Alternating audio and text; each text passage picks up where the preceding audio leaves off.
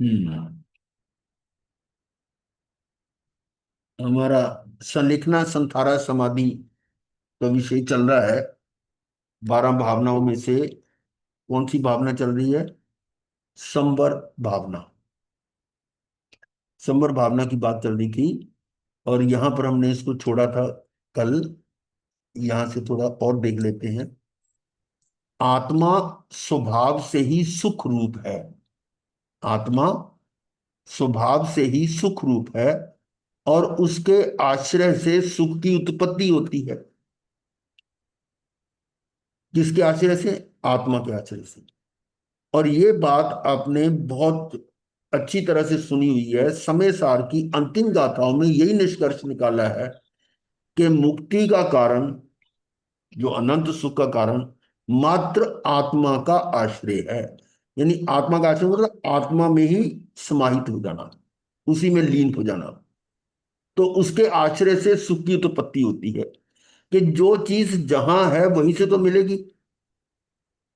जो द्रव्य, एक द्रव्य दूसरे द्रव्य कुछ कर नहीं सकते, तो आत्मा का सुख आत्मा में ही है, तो बाहर से तो मिलेगा नहीं। इसका मतलब आत्मा के आश्रय से ही उसकी प्राप्ति होती है, अतः वह सुख का कारण भी है।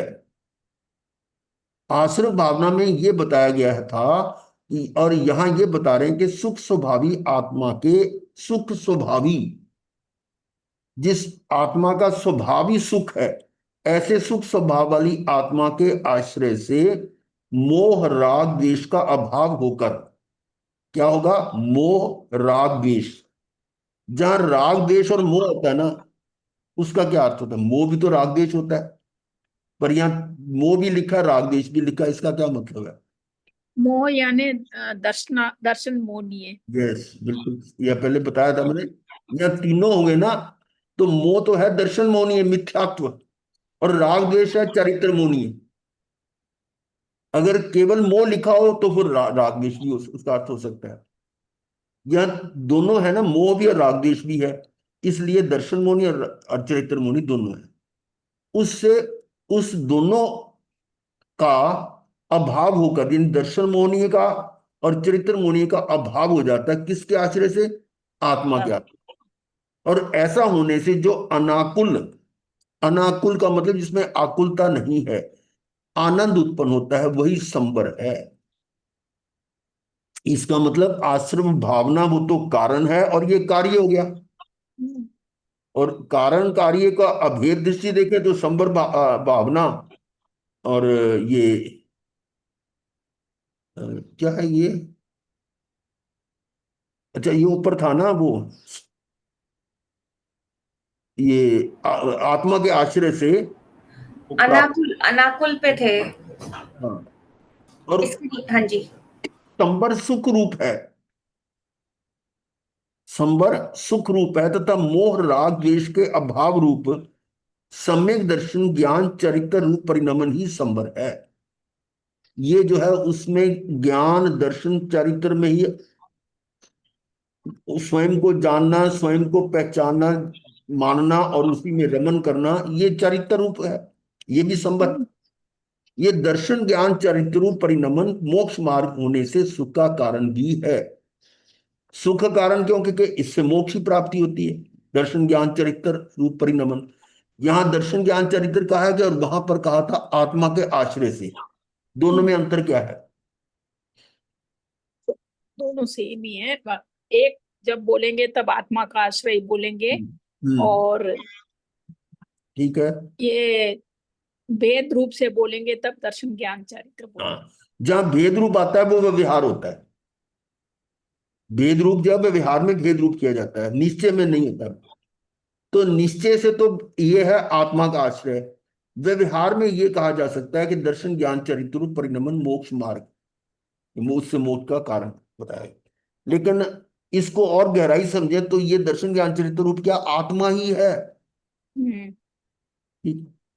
और आगे देखें अब, आश्रव भावना में, अब ये दोनों कंपेयर किया जा रहा है। आश्रव भावना में मोह राग द्वेष रूप आश्रव भावों के विरुद्ध मोह राग द्वेष परिणामों से भिन्न आत्म स्वभाव की त्रिकाली सुखमयता और सुख कारणता की बात थी। क्या था?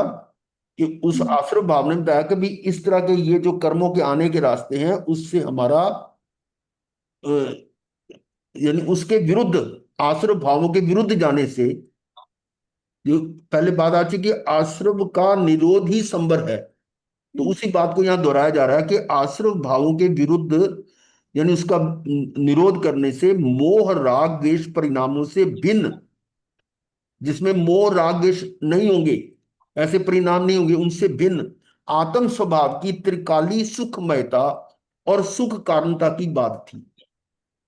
ये तो आश्रम भाव में बताया गया था। और यहाँ संवर भावना में मोह राग द्वेष रूप आश्रम भावों के विरुद्ध उनके अभाव पूर्वक उत्पन्न होने वाले वीतराग भाव रूप संवर की सुख रूपता और सुख कारणता की बात है कि यहां पर किसका अभाव हो गया? राग द्वेष रूप आश्रय भावों का के विरुद्ध उनके अभाव पूर्वक, यानी मोह खत्म राग द्वेष खत्म, तो उससे अभाव होने का मतलब वीतरागता होगी। तो वीतराग भाव को ही संवर कहा। वीतराग भाव रूप संवर की सुख रूपता और सुख कारणता की बात है। तो संवर की सुख रूपता सुख कारणता व्यक्त है, मोक्ष मार्ग रूप है, और त्रिकाली आत्मा की सुख रूपता और सुख कारणता शक्ति रूप है। इसको हम और अधिक लंबा ना जाते संक्षेप में ये भी थोड़ा चिंतन की बात है कि संवर भावना की चिंतन प्रक्रिया में भेद विज्ञान और आत्मानुभूति की मुख्यता है। संवर भावना कैसे आएगी? भेद विज्ञान और आत्मानुभूति। गुप्ती समिति आदि भेद प्रभेदों के विस्तार में जाने की नहीं, मात्र इतना कि भेद विज्ञान और आत्मा में अनुभूति, उसको कहते हैं संवर। और जैसा कि इसमें कहा है, जिन पुण्य पाप नहीं कीना आत्म अनुभव चित दीना, तिन ही विधि आवत रोके संवर लही सुख अवलोके। जिन्होंने पुण्य पाप रूप आश्रव भावों को ना करके, ये आश्रव भाव है ना, पुण्य और पाप दोनों, ना करके आत्मा के अनुभव में चित्त को लगाया, उन्होंने ही द्रव्य आते हुए द्रव्य कर्मों को रोक दिया। पाप पुण्य शुभ अशुभ दोनों पाप ना, जिन पुण्य पाप नहीं कीना आत्म अनुभव चित्त दीना, वो अपना आत्मा के अनुभव में चित्त को लगा दिया। तो कहते हैं उन्होंने ही आते हुए द्रव्य कर्मों को रोक दिया, यानी तिन ही विधि आवत रोके, और क्या मिलेगा? संबर लही सुख अवलोके। इस प्रकार द्रव्य आश्रय और भाव आश्रय के अभाव पूर्वक जिन्होंने द्रव्य संबर और भाव संबर प्राप्त किया है, उन्हीं ने सुख देखा है, अर्थात सुख प्राप्त किया है। हम्म।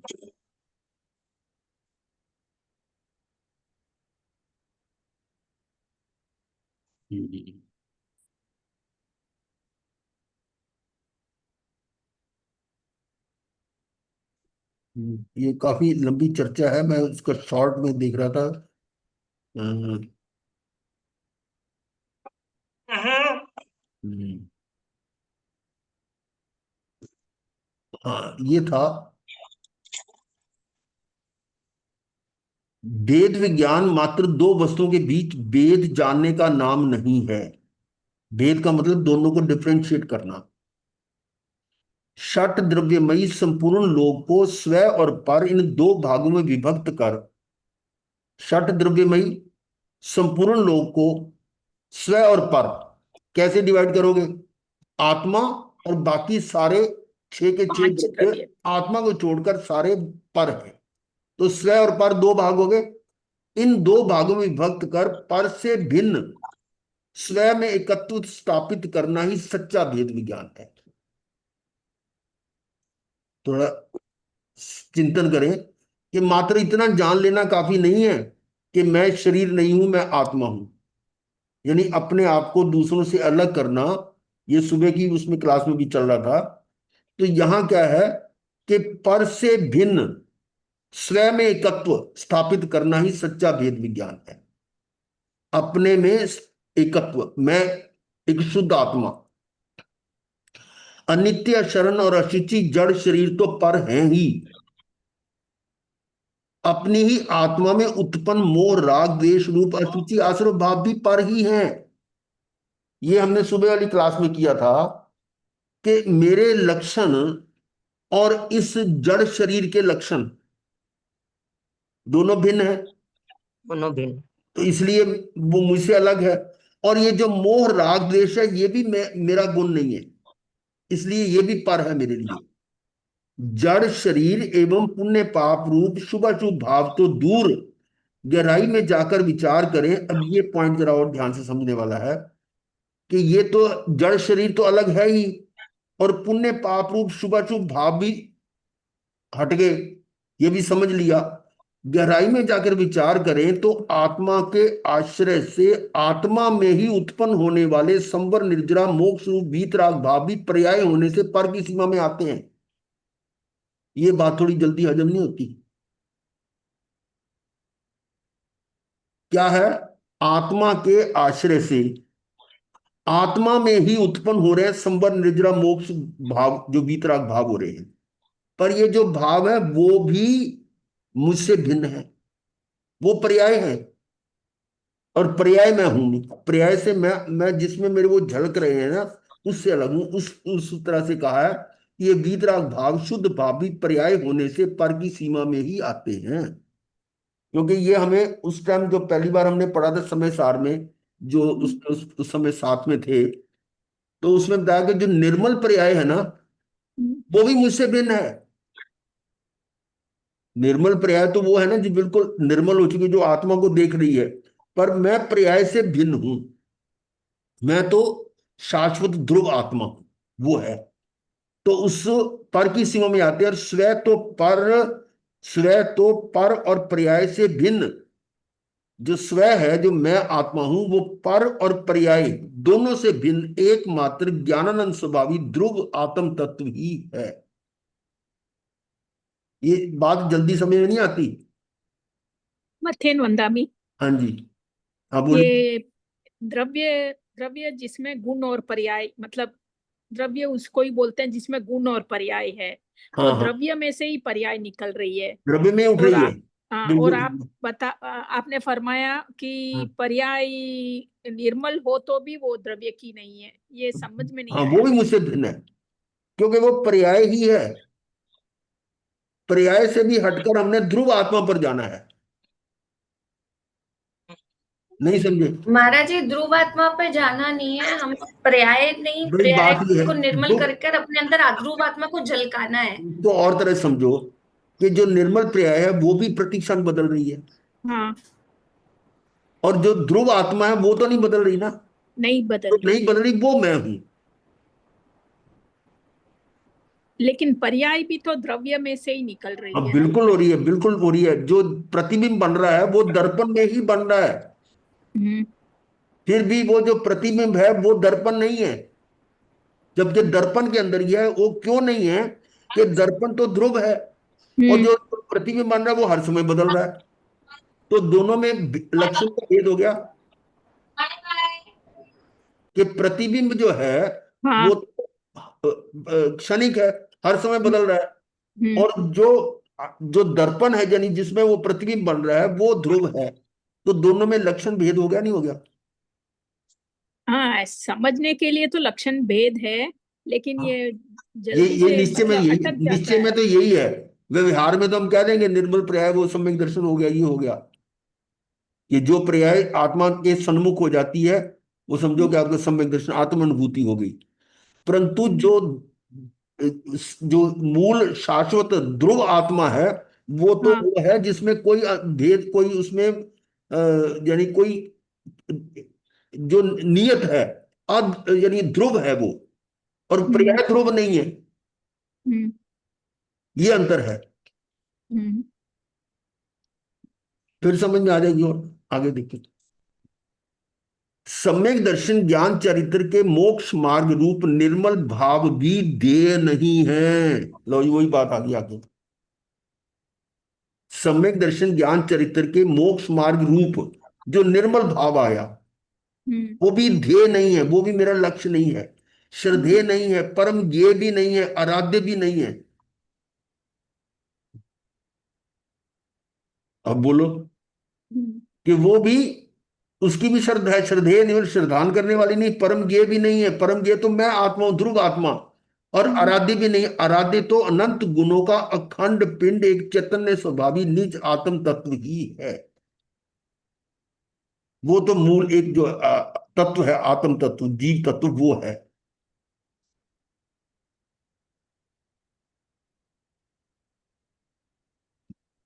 थोड़ा समझने में टाइम लग सकता है, क्योंकि ये बात पहली बार हमने जब पढ़ी थी तब भी ये बहुत, समझिए ये गलती से तो नहीं लिख दिया गई, पर फिर ये देखा ये गलत तो नहीं है, और आगे और उनको पढ़ा देखा तो समझ में आ गया कि निर्मल जो पर्याय है वो भी परिवर्तनशील है, क्षणिक है, और ध्रुव आत्मा जो है वो भगवान आत्मा वो है। तो हमें तो उसको पकड़ना है, वहां तक पहुंचना है जहां कोई हलचल नहीं है, कोई कुछ नहीं है, वो है निर्मल, वो जो ध्रुव आत्मा है।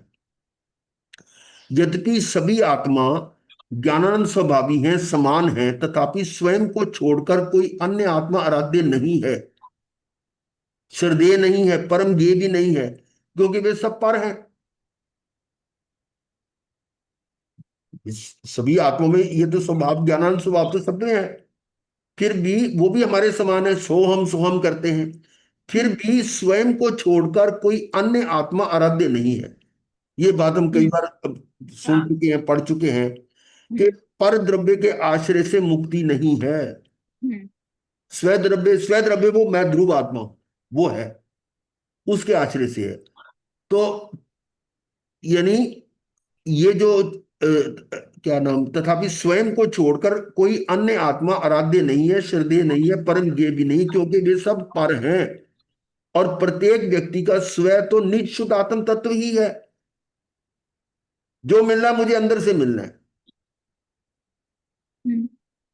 ये जो है, ये स्वतंत्रपना आ रहा है। स्वतंत्र, कितना स्वतंत्र है ये जी आत्मा, बिल्कुल स्वतंत्र, इसमें किसी की जरूरत नहीं। केवल ज्ञान, वो क्या कहते हैं ना, केवल ज्ञान किसी के सहारे से नहीं मिलता। ये विसाखियों विसाखियों से चलने वाले तो नहीं, विसाखियों के सहारे चलते हैं, ऐसे केवल ज्ञान ऐसा पंगु नहीं है। केवल ज्ञान तो अपने अंदर से ये प्रकट होना है, वो है। एक और पर, एक और पर है, और निज पर्याय से भी रहित ज्ञानान स्वभावी निज शुद्धात्म स्व है। देखो क्या है, एक और पर और निज पर्याय से भी रहित, दो चीजें आ गई यहां पर और और निज नीचे पर्याय, यानी पर से तो हटाया हटाया, पर से नीचे। सारे, मेरे को छोड़कर सारे पर हैं, और राग द्वेष आदि ये भी पर हैं, और यहां तक कि ये जो भाव है ये नाम संवर निर्जरा मोक्ष, ये भाव ये भी पर हैं। इन पर और निज पर्याय से भी रहित, निज पर्याय मतलब निर्मल पर्याय भी आ गई, उस पर्याय से रहित ज्ञानानंद स्वभावी निज शुद्धात्म तत्व स्व है। और दूसरी ओर संपूर्ण पर पदार्थ, अब दूसरी ओर क्या है, सारे पर पदार्थ जिनमें पर जीव भी सम्मिलित है, पर जीव का मतलब और जीव है, तथा पर के लक्ष्य से निज आत्मा में ही उत्पन्न होने वाले मोह राग द्वेष शुभाशुभ भाव एवं निज आत्मा के आश्रय से निज आत्मा में ही उत्पन्न होने वाले सम्यक दर्शन ज्ञान चरित्र वीतराग भाव, ये भी सभी पर हैं। ये हमने शुरू शुरू में एक बार पढ़ा था कि ये नव तत्वों से भी मैं भिन्न हूं, समय सार में आया था। ये नौ तत्व है, वो भी मैं नहीं हूं। ये गुणस्थान भी मैं नहीं हूं, गुणस्थानातीत नव तत्वातीत, उनसे भी भिन्न हूं। वो बात यहां क्लियर हो रही है कि जितनी भी ये चीजें पर्याय हैं, संवर भी पर्याय है, मोक्ष भी पर्याय, ये सारी पर्याय है, मैं उनसे अलग। एक और पर और निज पर्याय से भी रहित ज्ञानानंद स्वभावी निज शुद्ध आत्म तत्व स्व है, और दूसरी ओर संपूर्ण पर पदार्थ जिनमें पर जीव भी सम्मिलित है, तथा पर के लक्ष्य से निज आत्मा में ही उत्पन्न होने वाले मोह राग द्वेष रूप शुभाशुभ भाव आगे। पर के लक्ष्य से, यानी पर का लक्ष्य होगा तो राग द्वेष होंगे होंगे, और निज आत्मा के आश्रय से उत्पन्न, निज आत्मा के आश्रय से निज आत्मा में ही उत्पन्न होने वाले सम्यक दर्शन ज्ञान चरित्र, ये वीतराग भाव हैं, ये भी सभी पर हैं। इसका मतलब हमने इन भेद से भी होकर अभेद रूप से एक अपने आप को जानना है, और यही वो गाथा थी, अहमेको खलु शुद्धो, मैं एक हूं। उसके अंदर यही यही राज छिपा हुआ है। एक कैसे हूं मैं, ये अलग अलग नहीं हूं। ज्ञान दर्शन चरित्र अलग अलग ऐसे नहीं, मैं एक हूं। सब कुछ मेरे अंदर, ये सब कुछ है। जितनी शक्तियां वो मुझ में ही समाहित हैं।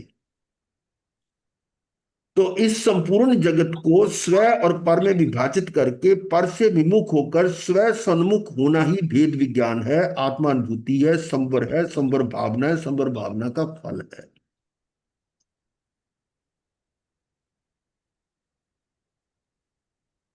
हम्म।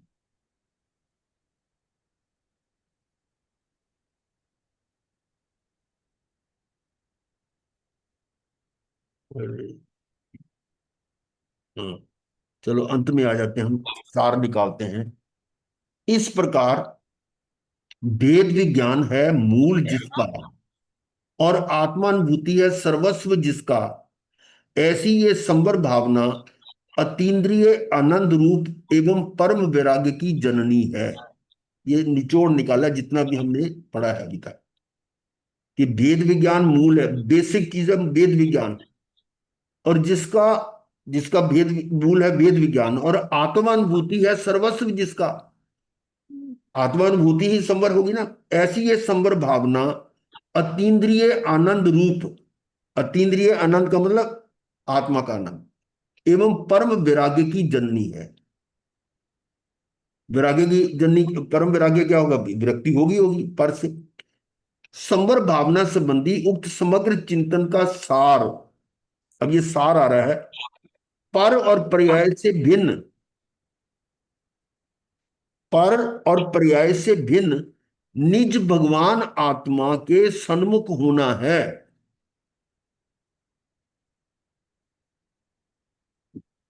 देखो क्या कह रहे हैं, पर और पर्याय से भिन्न निज भगवान आत्मा के सन्मुख होना है, स्वयं को सही रूप में जानना पहचानना एवं स्वयं में ही समा जाना है। वो सुबह हम बोल रहे थे ना, मैंने निज को पहचाना, पहचाना नहीं जाता तुमको, मैं शुद्ध बुद्ध एक शुद्ध आत्मा हूं, वो वही है। और एक और, वो हमने कल परसों एक भजन दिया था, देखते हैं जरा।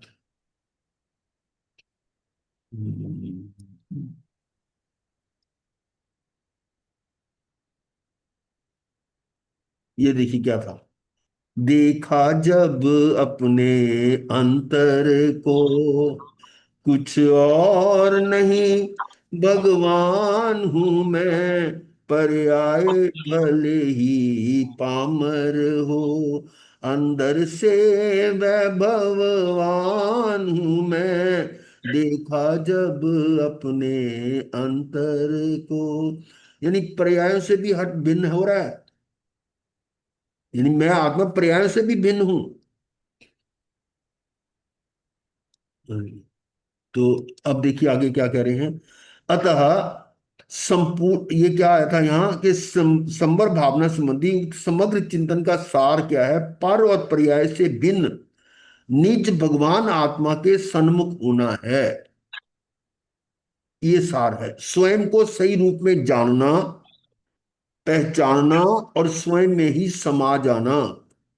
ये भेद दृष्टि से हम इसको अलग अलग कह रहे हैं, वास्तव में आत्मा एक ही है, ये है। अतः संपूर्ण जगत इस संसार भावना रूपी ज्ञान गंगा में आकंठ निमग्न होकर स्वभाव सन्मुख हो अपने में ही जम जावे, अपने में ही रम जावे, और अनंत अतीन्द्रिय अनंत को प्राप्त करे। कहने में तीन चीजें आएंगी, अपने में जम जाए, अपने में सन्मुख हो जाए, रम जाए, और उसके आनंद को प्राप्त करे। इस पावन भावना के साथ विराम लेता हूं। ये था संवर भावना का। अब बाकी का हम उधर से करते हैं जो यहां आ रहा था। समझ आया होगा, नहीं तो इस दोबारा फिर चर्चा होगी तो कर लेंगे। यहां भी संवर का फल हुआ सर्व शुभाशुभ प्रवृत्ति से पूर्णता परे। संवर का फल क्या बताया, सर्व शुभाशुभ, शुभ और अशुभ प्रवृत्ति से पूर्णता परे, अक्रिय होता है। अक्रिय का मतलब कोई क्रिया नहीं, इसे संवर भावना कहा। हमने आज तक संबर का अर्थ भी नहीं समझा। हमें तो शुरू में बचपन में जैसे में आते भी संबर कर लो, ये कर लो, संबर हो गया, संबर हो गया, संबर का नाम इतना हमने रख लिया, लेकिन संबर का वास्तविक अर्थ नहीं जाना। वो है जब शुभ अशुभ दोनों से परे हटकर आप अपने आप में समा जाते हैं, अक्रिय हो जाते हैं, इसे संबर भावना कहा है। फिर कहा आत्मा अपने उत्थान कर्म बल वीर्य और पुरुषाकार पराक्रम से। अब ये क्या आ गया जी? ये आत्मा के गुण है। उत्थान कर्म बल वीर्य पुरुषाकार पराक्रम। आत्मा के इसलिए अमूर्त है। व्याख्या प्रगति में आया कि ये जो पांचों हैं ये अमूर्त है, क्योंकि आत्मा की जो भी गुण है वो भी अमूर्त होंगे। तो उत्थान यानी कि उसके लिए उठना, जागृत होना, कर्म क्रिया करना, कोई बल वीर्य पुरुषाकार पराक्रम से कर्मों का उपशम निर्जरा कर मुक्त होता है। उसमें होगा पुरुषार्थ उसका अपना ही। ये क्या बताया जा रहा है? उत्थान कर्म बल वीर्य पुरुषाकार पराक्रम से युक्त जीव, हर जीव में ये पांचों चीजें हैं। उत्थान कर्म बल वीर्य पुरुषाकार पराक्रम। इसलिए जीव आत्म भाव से जीव भाव को स्व भाव को प्रकट करता है। किसके द्वारा? इन पांचों के द्वारा। वो आया था ना श्रोता के लिए कि श्रोता कैसा हो। वक्ता और श्रोता की बात हम कई बार आती है, वर्णन होता है जो आचार्य सूत्र की 196 भी गाता है कि वक्ता तो है वो ज्ञानी हो, आगमों का रहस्य जानता हो, मर्मज्ञ हो, और सब जीवों पर अनुकंपा भाव से वो किसको बोले। उस श्रोता की क्वालिटी बताई गई थी कि जो सुनने का इच्छुक है। और साथ में शब्द आया था उत्थित या अनुत्थित। उत्थित या अनुत्थित मतलब वो उसके लिए तैयार है या नहीं है। तैयार का मतलब यहां पर ये समझ लो, अगर इसको और थोड़ा सा स्पेसिफिक करना चाहें तो कोई ज्ञानी है या अज्ञानी है, पर इच्छा सुनने की उसकी है, तो उसके लिए वो आख्यान करे, धर्म का भेद प्रभेद करके उसका सुफल को प्रतिपादित करे। तो वो बात वहां आ रही थी। उत्थान उत्थित है, उठना। कर्म कुछ करेगा, पुरुषार्थ करेगा, बल अपने बल आत्म बल से आत्म वीर्य से। पुरुषाकार पराक्रम यानी जो पुरुषाकार ना आत्मा का पराक्रम, इससे जीव आत्म भाव से जीव भाव को स्व भाव को प्रकट करता है। अब यहां पर आ गया कि ये आत्म भाव क्या है। आभिनिव बौद्धिक ज्ञान जिसको मति ज्ञान कहते हैं, ये उपयोग है। कल भी इस पर चर्चा हुई थी। आत्मा का लक्षण क्या है? उपयोग का लक्षण। उपयोग आत्मा का लक्षण है। तो उपयोग कितने प्रकार के हैं? 12 प्रकार 12 के। प्रकार के। ये 12 प्रकार के आ रहे हैं। आभिनिबोधिक ज्ञान यानी मति ज्ञान, श्रुत ज्ञान, अवधि ज्ञान, मन प्रयोग ज्ञान, केवल ज्ञान। ये तो है स्वभाव पर्याय। स्वभाव पर्याय का मतलब स्वभाव, बिना विकार के। नहीं। बिना, ये ज्ञान है। हाँ। ये ज्ञान की पर्याय है पांचों। हम्म, और ये अज्ञान की आ रही है मति अज्ञान, श्रुत अज्ञान, विभंग ज्ञान। ये तीनों अज्ञान है। विभाव पर्याय। पर उपयोग तो ज्ञान में भी अज्ञान में भी। अज्ञान का मतलब क्या होता है? ये नहीं कि ज्ञान है ही नहीं। अब ये बात थोड़े समझो। अज्ञान का अगर अर्थ ये लेने के ज्ञान ही नहीं है, तो बिना ज्ञान के तो जीव होते ही नहीं कोई। हम्म, इसका मतलब जीव ही नहीं है, तो जड़ हो जाएगा। हाँ। तो अज्ञान का अर्थ क्या लेना है?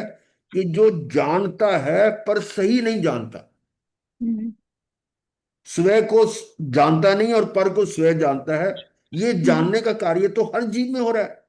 हम्म, छोटे से छोटा जीव, पेड़ पौधे भी ले लो, वो भी, उनमें भी जानना, जानने का गुण है हम्म, कि नहीं है? है। नहीं तो जीव है ही है नहीं है। गुरु कहलाएगा। है। है। सारी, सारे उसमें वो होता है। संज्ञाएं हैं। संज्ञाएं भी हैं। संज्ञा का मतलब जानकारी तो है।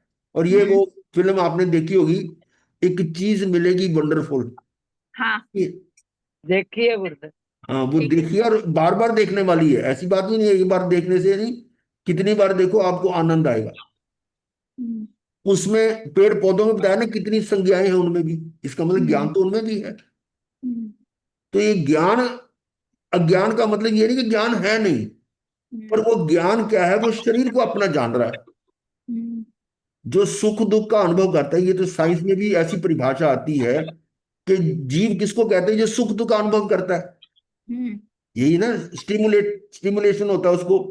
छोटा अमीबा भी है, वो जीव है, तो वो है कि उसको पता है कि यहाँ सलाइन वाटर, ये नमक वाला पानी है, तो उसे हट जाता है। इसका मतलब उसको सुख दुख की अनुभूति हो रही है, हो रही है नहीं। छोटा जीव अमीबा जो यूनिसेलुलर जीव है, लेकिन उसको ये ज्ञान तो है कि भी ये शरीर के लिए सुख रूप है, ये दुख रूप, शरीर को अपना मान रहा है, पर अपने आप को तो नहीं जान रहा ना, इसलिए उसको अज्ञान कहा। और हम अनंत काल से, अनादि काल से यही करते आ रहे हैं कि अपने आप को जाना नहीं और पर को अपना माना। अरे मेरे को ये कर दिया, अभी सुबह एक वो गाथा सुनाई थी ना, जड़ चेतन भिन्न छे, ये वो ये जड़ और चेतन एक तरह के भाषित होते हैं, किसके कारण, अज्ञान के कारण। ये अज्ञान है, मति अज्ञान, श्रुत अज्ञान, विभंग ज्ञान। और चार है दर्शन, चक्षु दर्शन, अचक्षु दर्शन। इसका क्या अर्थ है,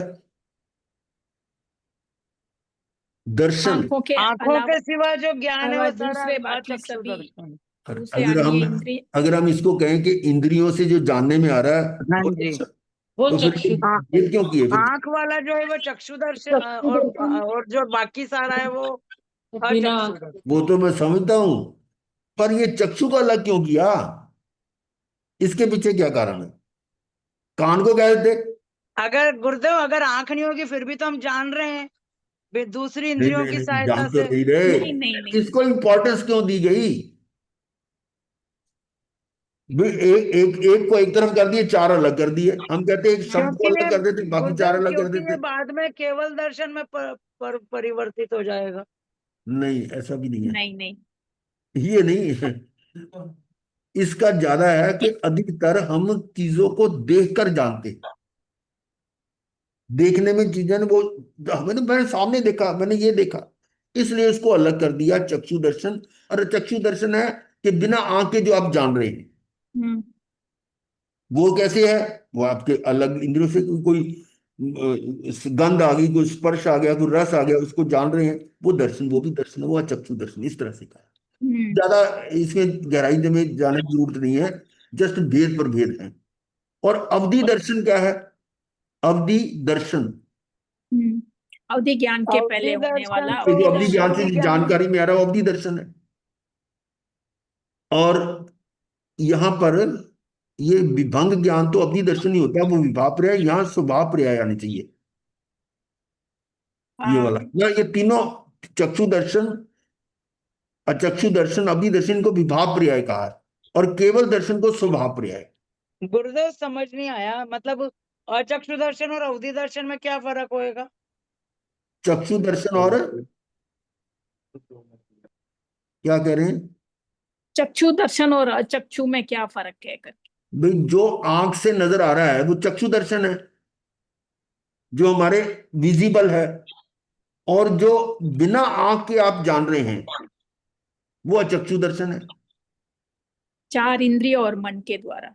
हाँ, चार इंद्रियों और मन के द्वारा हो सकता है। अभी जैसे यहाँ पर हम बैठे हुए हैं, तो एकदम ध्यान आ गया, कोई 2 दिन पहले कोई व्यक्ति मिला था, वो अब सामने तो नहीं है, लेकिन मन के सोचने से वो सामने आपको ज्ञान में आ जाता है, वो अचक्षु दर्शन हो गया।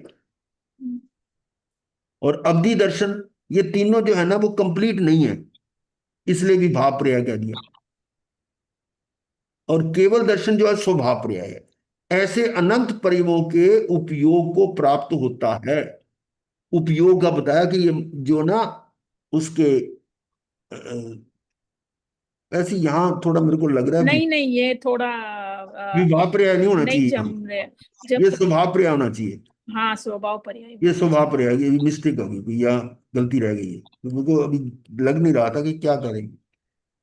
चक्षु अचक्षु अभी चक्षु तो ये फिर भी अभिभाव गुरुदेव बोल सकते हैं, लेकिन स्वभाव पर्याय में तो खाली वो वाला आएगा ना, पूर्ण ज्ञान, जैसे दर्शन जो जो सिद्ध भगवान में होता है, हाँ, ये तो पर्यायी तो हुई है, ज्ञान की तो पर्याय है, फिर ये दर्शन की जो मति पर्याय। ज्ञान अभी पूरा नहीं, उसको फिर स्वभाव पर्याय क्यों कहा? नहीं नहीं, वो है ना नहीं विभाव नहीं, पर्यायी वो है, अलग है, मतलब वो तो केवल ज्ञान को मति लिखा है ज्ञान स्वभाव श्रुत पर्याय। ज्ञान, मति ज्ञान, श्रुत ज्ञान, केवल बुद्धि ज्ञान ज्ञान, को मन पर स्वभाव ज्ञान, मत पर्याय केवल पर्या दिखाई ज्ञान। ज्ञान देते को हैं। विभाव में लेके केवल ज्ञान स्वभाव पर्याय है, हाँ जी, हाँ जी, नेचुरल। केवल ज्ञान ऐसा स्वभाव होगा, पर्याय। ऐसा होगा।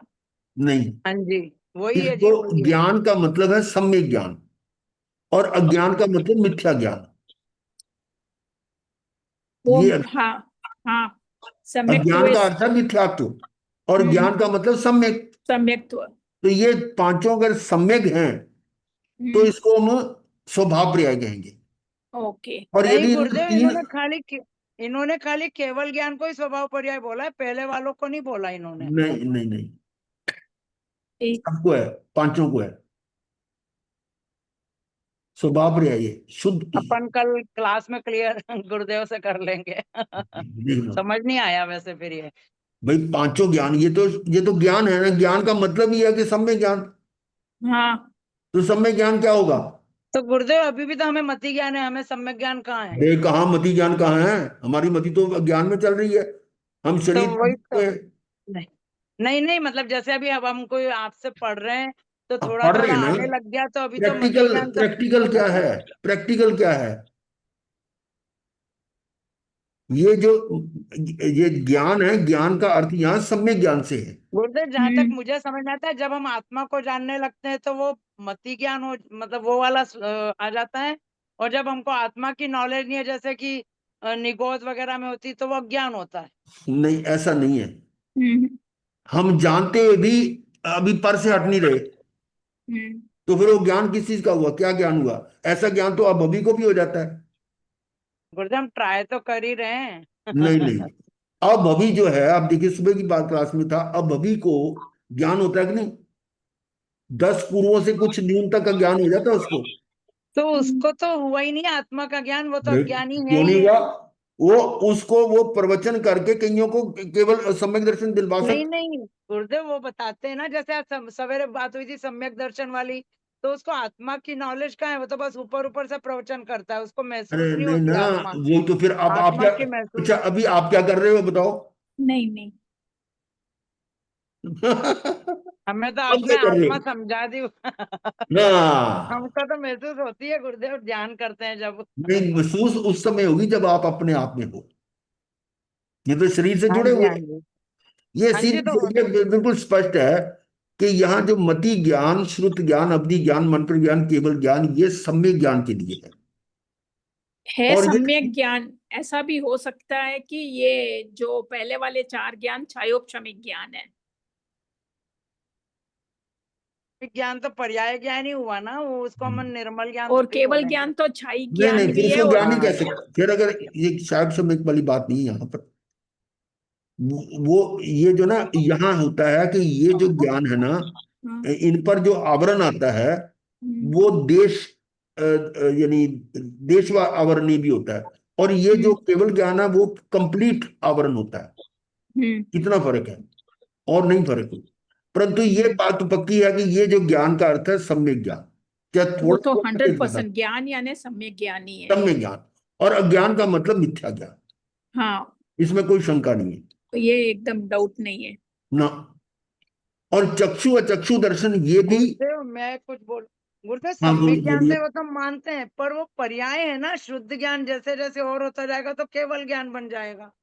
बनेगा तब ना। तो जब नहीं बना तब तक तो ये वही है ना, सम्यक ज्ञान है। नहीं नहीं मतलब नहीं, वो केवल ज्ञान नहीं है, सम्यक एक्चुअली ज्ञान है ये। ज्ञान, ये मति ज्ञान ही केवल ज्ञान बनता है, इसमें कोई डाउट नहीं है। हाँ जी, हाँ जी। शुद्ध होता हो, लेकिन जब तक वो शुद्ध ज्ञान है, यानी वो आत्मा को आत्मा जान रहा है, पर को पर जान रहा है, तो वो ज्ञान है। हम्म, और जिस समय स्व को नहीं जान रहा और पर को अपना जान रहा है, वो अज्ञान है। हम्म, यही सीधी परिभाषा है, सही गुरुदेव मेरे को कुछ जानना समझ, ज्ञान। अब समझ नहीं, में कुछ कुछ आ रहा है कि हम्म, ज्ञान के तो चार पांच टाइप्स है ना, तो वो सम्यक और वो सब हो गए। पर अवधि दर्शन में चार पांच टाइप का है, उसमें तो दो ही है, एक अवधि दर्शन है और एक मतलब वो है। तो उसमें कोई टाइप ही नहीं है, तो विभाव हाँ हाँ, के अब उसमें आ देखो, गया। और क्लियर कर देता हूँ कि हाँ जी, मति श्रुत और अवधि ज्ञान। मति ज्ञान भी हो सकता है, मति अज्ञान भी हो सकता है, हाँ। हाँ जी, हाँ श्रुत जी, ज्ञान भी, श्रुत ज्ञान भी हो सकता है, हाँ जी, अवधि हाँ जी, ज्ञान भी, अवधि अज्ञान भी है। हाँ जी, परंतु मन परिवेश ज्ञान जो है वो अज्ञान नहीं होता, हाँ जी, हाँ। हाँ जी, वो सम्यक दर्शी को ही होता है। हाँ और जी, वो विशेष ही होता है। हाँ हाँ ना, हाँ और जी, हाँ केवल जी, ज्ञान भी सम्यक दर्शी को होता है।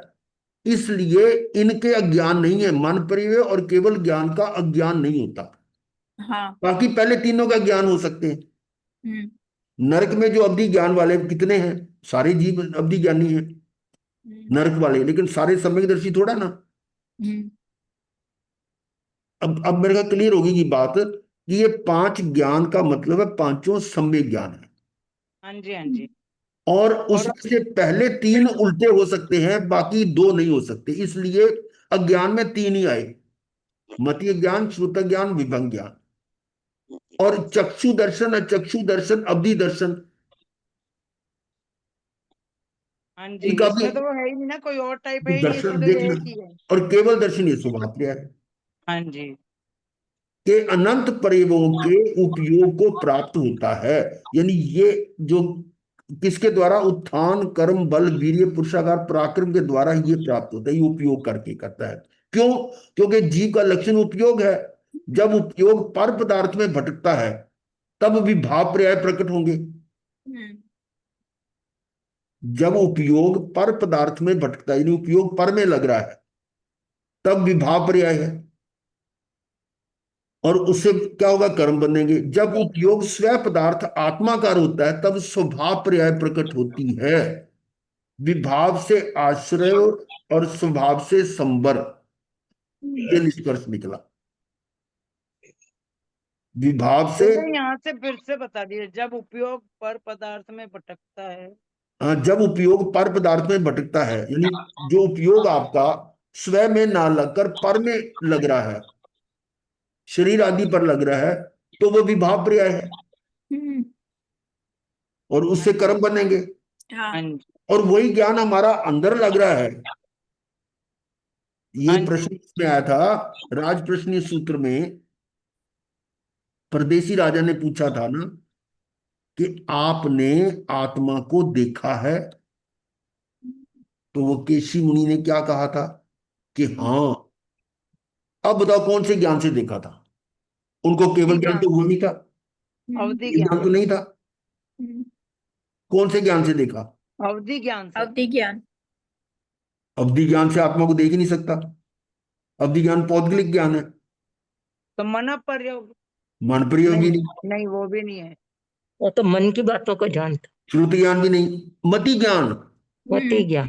मति ज्ञान से ही उन्होंने देखा कि मति इतनी निर्मल होगी, वो मति ज्ञान से देखा। तो गुरुदेव हमें क्यों नहीं दिखता, हमें मति ज्ञान नहीं हमारी है क्या? मति अभी तो बहुत आवरण आवरण आए हुए हैं इस पे। हम बहुत इतना बड़ा आवरण तो ज्ञान। है कि हम ये जो लिखा हुआ उसको नहीं समझ पा रहे हैं। हाँ जी, हाँ जी। तो अपने आप को कहां से हम तो बुद्धिमान अज्ञानी समझ है, रहे फिर हो? अभी अज्ञानी है हम लोग। ठीक है, हमें अपने आप की महिमा पर विश्वास होना चाहिए, पर अब उस स्टेज तक जब तक नहीं पहुंचे हैं तो हमें पुरुषार्थ तो करना ही पड़ेगा। सारा उत्थान, कर्म, बल, वीर्य, पुरुषार्थ से सारा काम होगा। तो जब उपयोग पर पदार्थ में भटकता है तब विभाव पर्याय प्रकट होंगे। जब आपका ध्यान बाहर है पर द्रव्य पर, तो कर्म बंद होंगे ही होंगे। और जब उपयोग स्व पदार्थ आत्माकार होता है तब स्वभाव पर्याय प्रकट होती है। तो विभाव से आश्रव, अब इस तरह से स्वभाव से संबर, ये अस्थि का विवेचन में से या व्याख्या प्रयुक्ति 2:10 में दिया हुआ है, उससे लिया हुआ है। अब उससे ये भी थोड़ा अब समझ में आ रहा है कि चक्षु दर्शन, अचक्षु दर्शन, अवधि दर्शन, ये इससे आत्मा को देखा जा सकता है क्या? इसलिए विभाव पर्याय है, केवल दर्शन स्वभाव पर्याय है। ठीक है। हे अरिहंत तीर्थंकर परमात्मा, आपके इस गुह्य ज्ञान के मर्म रहस्य को मैंने सदगुरु भगवंत से सुना, समझा, हृदयंगम किया। देखिए यहां तक तो ठीक है कि ये रहस्य मैंने जाना, सुना, समझा और हृदयंगम किया, धारण किया। और आपकी असीम करुणा और इनका परम उपकार मैं तो बदले में कुछ नहीं दे सकता। सर्वस्व भी दे दूं तो आप ऐसे निष्प्रिय है, आपको कोई इच्छा ही नहीं है ये कुछ भी नहीं लेते, अतः मैं भाव समर्पणा करता हूं। ये अपने भाव प्रकट किए, क्योंकि ये संलेखना संधारा समाधि चल रहा है ना, तो उसके अंत में भाव बताए जा रहे हैं। आगे आश्रव किया, उसका पश्चाताप। आपकी इतनी करुणा बरसी, गुरु भगवंत की असीम कृपा हुई, परंतु मैं मगसेलिया पत्थर। ये क्या होता है? जिस पर कुछ असर नहीं और पड़ता। जो वो पत्थर पे पानी भी डालो तो वो भी नहीं टिकता, मतलब कुछ नहीं हाँ, एब्जॉर्ब ही नहीं करता। वो है पत्थर। कोई असर नहीं हो। कई पत्थर तो पानी को चूस लेते हैं, हम्म, पर ये ऐसा पत्थर है, पानी की एक बूंद भी अंदर नहीं जाती इसके। हम्म, वो मगसेलिया पत्थर। हम्म, उस वचनामृत के रस में भीजने की बजाय, अब जो वचनामृत हम सुन रहे हैं उनमें अपने आप को पूरी तरह से यानी रम जम जाने के लिए भीजने की बजाय रागी द्वेषी मोगियों के जाल जंजाल में इतने काल, अनंत काल, इस भाव में भी और इतने काल तक फंसा रहा।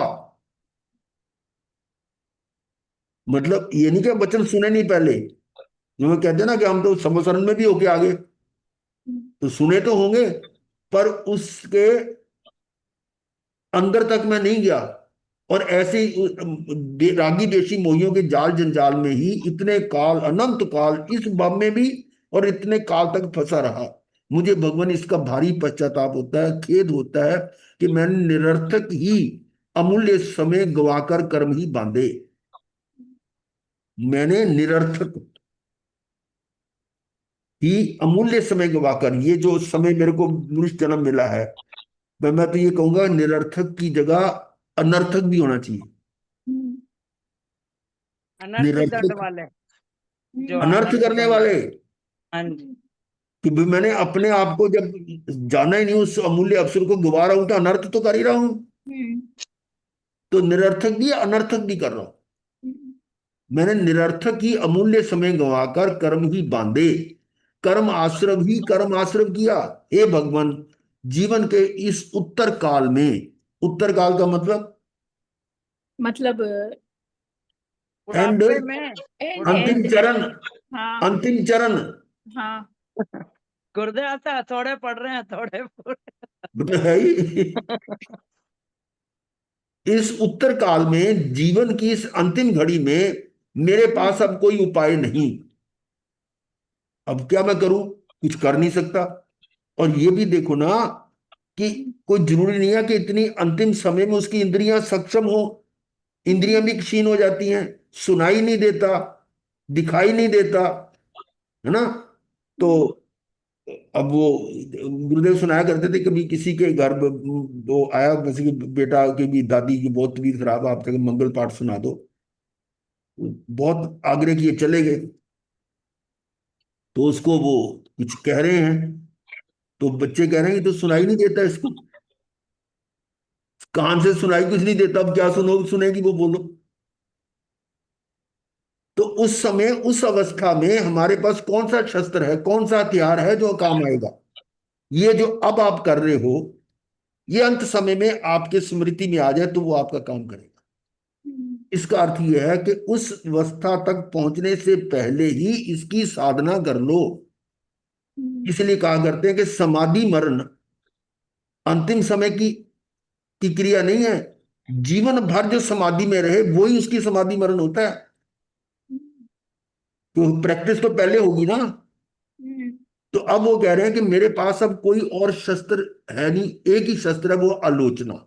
कि मैं अपने आप पे पश्चाताप करके अपना आलोचना करूं, पश्चाताप करूं।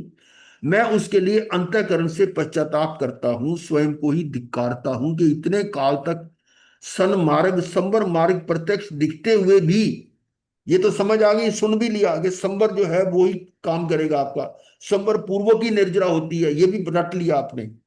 इसे पूछो, निर्जरा संवर पूर्व निर्जरा होती है जी, पर कभी प्रैक्टिकल उस स्टेज तक पहुंचे? संवर का, संवर वाली स्थिति में पहुंचने का मतलब क्या है? अक्रिय, वो अपने अंदर चले गए, वो है संवर।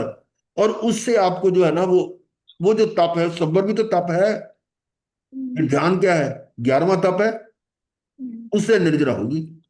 तो इतने काल सन्मार्ग संवर मार्ग प्रत्यक्ष दिखते हुए भी मुझे समझ भी आ गया, ओझल कर उसको मैंने अवॉइड किया, मुंह उल्टा कर मैं राग आदि जाल जंजाल में फंसा रहा। अब जिसको कहते हैं ना कि कोई भाई सुन लिया करो, ये जो आपके पास अगर समय हो तो ये जो आगम की वाणी है, वीतराग वाणी सुनो तो कुछ ना कुछ तो आपके अंतर आएगा। लेकिन नहीं, रुचि नहीं है, वो उसको बात जचती नहीं है। तो क्या करें, उसको ओझल कर कर उसको इग्नोर करके मुंह उल्टा करके अबाउट टर्न कर दिया उससे। ऐसे लगे हुए अपना भी कथा में लगे हुए हैं, या वो मोबाइल में लगे किसी और काम में लगे, आपस में कोई कथा वार्तालाप हो रहा है, उसी में मुंह उल्टाकर मैं राग आदि जाल जंजाल में फंसा रहा, आश्रमों में पड़ा रहा। ये कब की बात कर रहे हैं, यानी इस समय आने से पहले की बात अपनी याद कर रहा है कि मैं ऐसे ही करता रहा। जो भी है आए गए उनके मिलने में, उसमें भी परिचय करने में, उसी में उलझा रहा, अपने आप से परिचय किया नहीं। इसीलिए ये जो है ना अपने साधु के 3 मनोरथ, उसमें एक तो पहला तो है कि वो कब अल्प या बहुत श्रुत का अध्ययन करूंगा। दूसरा आता है कब मैं एकल विहारचर्या करके विचरण करूंगा। इसका क्या मतलब निकलता है? स्वयं के साथ रहूंगा, इसका अकेला मतलब मैं रहकर किसी से क्यों अपना। एकत्व भावना, मिलना ही बंद कर एकत्व दूं? हम्म, एकल एकल विहार का मतलब कि मैं अकेले में, मेरे मुझे किसी किसी से साथ लेना देना नहीं, कुछ भी गुरुदेव एकत्व भावना वही हो गई ना। नहीं। एकत्व भावना लगे, एकल विहारचर्या है साधु की, हम्म, वो भी गुरु की आचार्य की आज्ञा से मिलती है। ये परमेश्वर अकेले ने विहार करना हो, आजकल तो लड़ झगड़ के अकेले हो जाते हैं, वो नहीं है, वो एकल विहार नहीं है। एकल विहार की तो बहुत जबरदस्त क्वालिटी होती है। एकल विहारचर्या वाले के अंदर जो गुण होते हैं वो साधारण नहीं होते। हम्म, वो हर तरह से सक्षम होना चाहिए, ज्ञानी होना चाहिए, तब अदरवाइज एकल विहार नहीं हो सकता। वो तो अब लड़ भिड़ के कोई अपना अलग हो गया जी, मैं तो अलग हो रहा हूँ, अलग हो, एक एक करके सिंगाड़े घूम रहे हैं, वो नहीं, एकल विहार नहीं है वो। यहाँ अर्थ क्या है कि मैं उस सब से हटकर संघ में रहते हुए भी संघ से अलग रहूं, घर में रहते हुए भी घर से अलग रहूं। अपनी आत्मा। ये है। हम्म, मुझे याद है कि मेरे को एक प्रश्न पूछा गया था, तो मैंने पहले भी जिक्र किया कि जयपुर में थे कि हम, दीक्षा से पहले की बात है, तो हम लोग ध्यान कराने जाते थे, ध्यान कराते थे, आचार्य भवन के आसपास रहते थे कुछ, तो वहां भी ध्यान कराने के लिए गए हुए थे जयपुर में। तो एक भाई जो है ना हमारे को ले गया, वहां प्रधान था, कौन था, चलो भी दूसरे महाराज जी उनके दर्शन करा देते हैं। कोई और संत थे, प्रमोद मुनि ऐसे कुछ नाम था।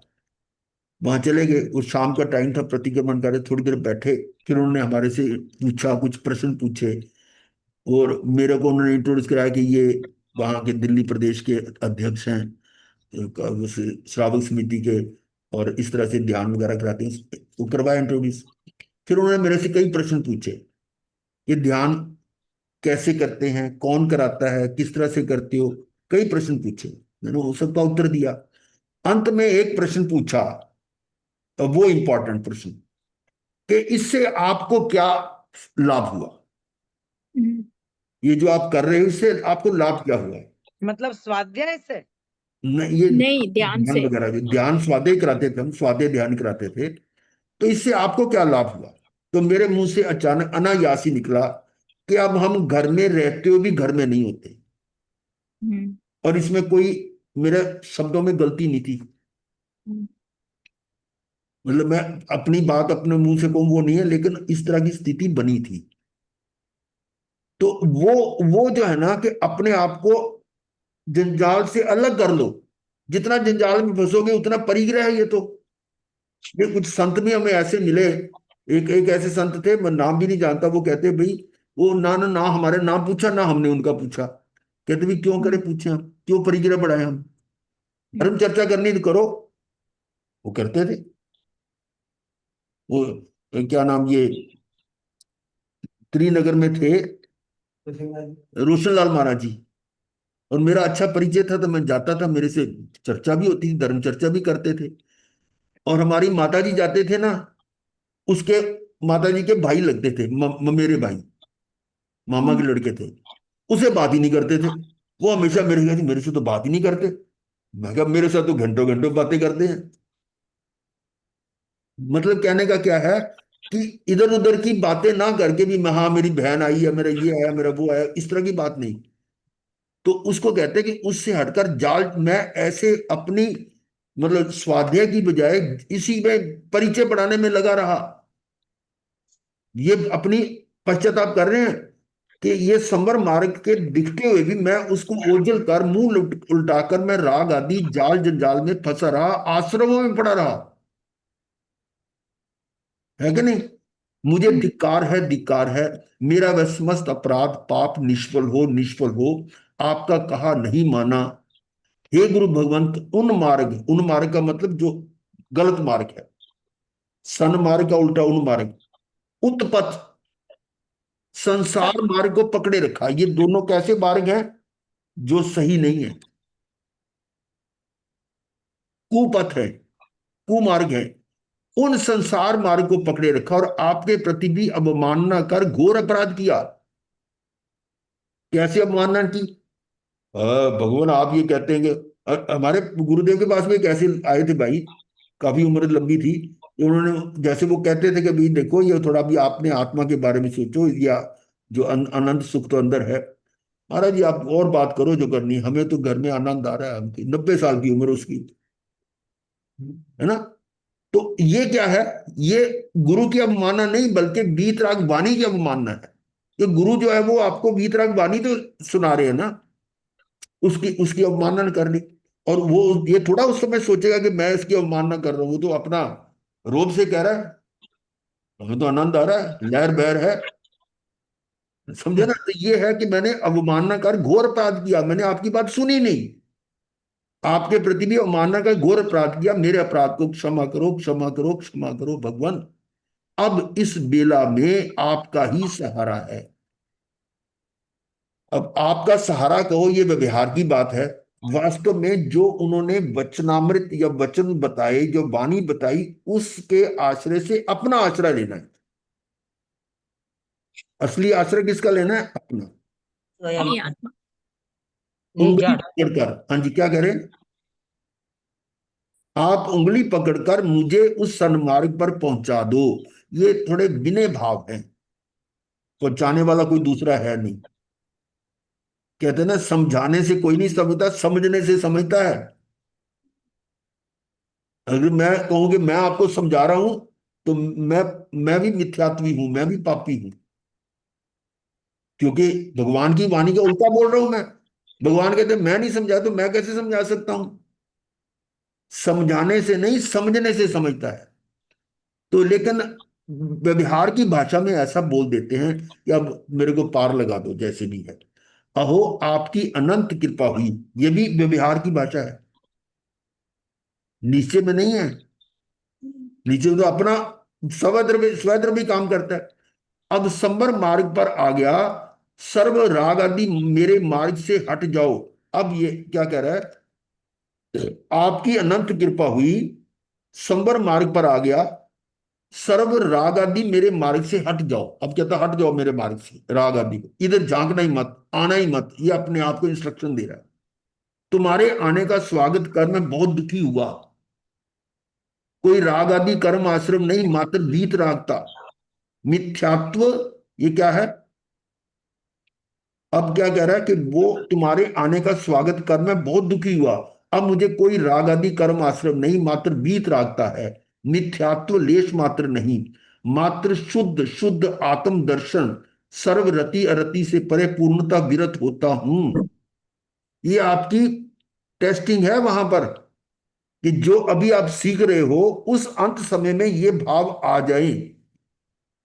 वो तभी आएंगे जब हमने पहले से पक्का किया हो। सर्व कषायों को शांत कर परम शांति परम क्षमा को धारण करता हूं। सर्व विभाव भाव रूप असावधानी लापरवाही से बाहर ही बाहर पर पदार्थों में ही उलझा रहा। अब सर्व पर द्रव्यों से अति अति दूर, स्व द्रव्य आत्मा में अप्रमत्त स्वरूप में स्थित होता हूं। इसलिए गुरुदेव कहते हैं कि संथारा के समय जो संथारा साधक है उसको डिस्टर्ब नहीं करना चाहिए, उसको एकांत में मौन रहे। नहीं तो लोग कहते मैं आया हूं वो आया हूं, वंदना कर रहे हैं, वो मेरे को देखा, वो उनको देख के हाथ ऐसे कर रहे हैं, इसका मतलब आप उनकी एक तरफ से साधना में रुकावट डाल रहे हैं। उसको तो मौन साधना में आंख बंद करके किसी से बोलने चलने की जरूरत नहीं है। ये हमने देखा था, ये आत्म ज्ञाता जी के पिताजी थे ना, विरक्त मुनि, इनको 9 दिन का संथारा आया था। तो इन्होंने पहले संलेखना शुरू कर दी थी, और हम जा रहे थे दर्शन करने के लिए, मैं भी साथ में था। तो मेरे को वो शायद रविंद्रनाथ जी थे, वो कहते तुम मेरे साथ चलो मेरी गाड़ी में। वो उधर गुरुदेव के दर्शन के लिए नहीं गए, सीधा इंदौर ले गए मेरे को। और उस समय आत्म ज्ञाता जी, जब दीक्षा से पहले की बात है, उनको मिले, दर्शन किए, तो उन्होंने क्या कहा, मैं बोलने में भी मेरे को मतलब भावात्मक हो जाता हूं। उन्होंने क्या कहा, अब आगे से मेरे को मिलने मत आना। यानी किसको कह रहे हैं? पुत्र को कह रहे हैं। ये है उनकी स्थिति की बता रहा हूं कि अब आइंदा मेरे यहां आने की जरूरत नहीं है। इसको कहते हैं अलग होना। संथारा वो होता है। और यहाँ क्या, संथारा लेने के बाद वो आया फलाना नहीं आया, उसकी वो फिल्में बन रही हैं, वो रीलें बन रही हैं, और प्रचार प्रसार हो रहा है, फोटो आ रही बन रही हैं। तो उस पर भी विचार करना चाहिए कि संथारा साधक जो है उसको आप कैसे सहयोग कर सकते हैं। तो अब ये बात आ रही, हे योगों मन वचन काया, अब तुम्हारी मुझे आवश्यकता नहीं है। तुम मुझे शुभ शुभ प्रवृत्तियों में ले जाकर चतुर्गति के चक्र डोले झूले में अनंत काल तक भटकाते रहे। चक्कर डोले क्या होते हैं? वो जो ऊपर नीचे घूमते हैं ना, वो सर्कस में होता है, मेरी गो राउंड, मेरी गो गोल गोल ऊपर जायंट नीचे व्हील, जो घूमता है। हाँ, जायंट मेरी वो गो चक्कर राउंड। डोले। और तुम्हारे जाल में आकर मैं अनंत दुखी हुआ। अब तुम चुप हो जाओ, कुछ नहीं करना, ना मनन, ना चिंतन, ना उच्चारण, ना शरीर की क्रिया, ना शरीर के अनुकूल प्रतिकूल परिणमन क्रिया में जुटना। मात्र आत्मा सर्व आश्रित द्वारों से परे, मात्र अपने द्वारा अपने में ही समृद्ध।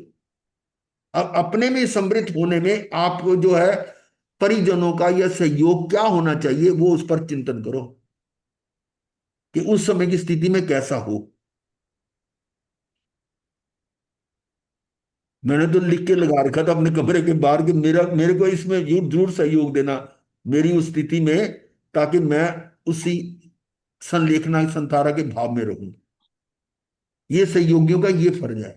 और ना कि भीड़ इकट्ठी करने के लिए लोगों को आ रहे हैं, जो लाइन लगा दी और अरेंजमेंट कर दिया समाज ने, एक तरफ वो रस्सी बांधी, ये कर दी, इधर जाने का इधर आने का।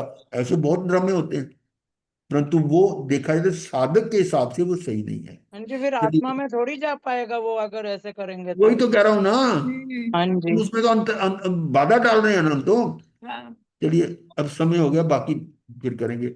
एक पैरा रह गुरुदेव गया। मुझे तो ऐसा लग रहा है कि ये इतने महान ज्ञानी उदय मुनि जी ने लिखा है मग से लिया, तो हम तो फिर क्या है, कुछ समझ ही नहीं आ रहा। हम तो कितने बड़े ज्ञानी हैं। जब जब तो कह रहा हूं ना, ये थोड़ा जोर दीजिए बुद्धि पर। चलिए, ओम शांति।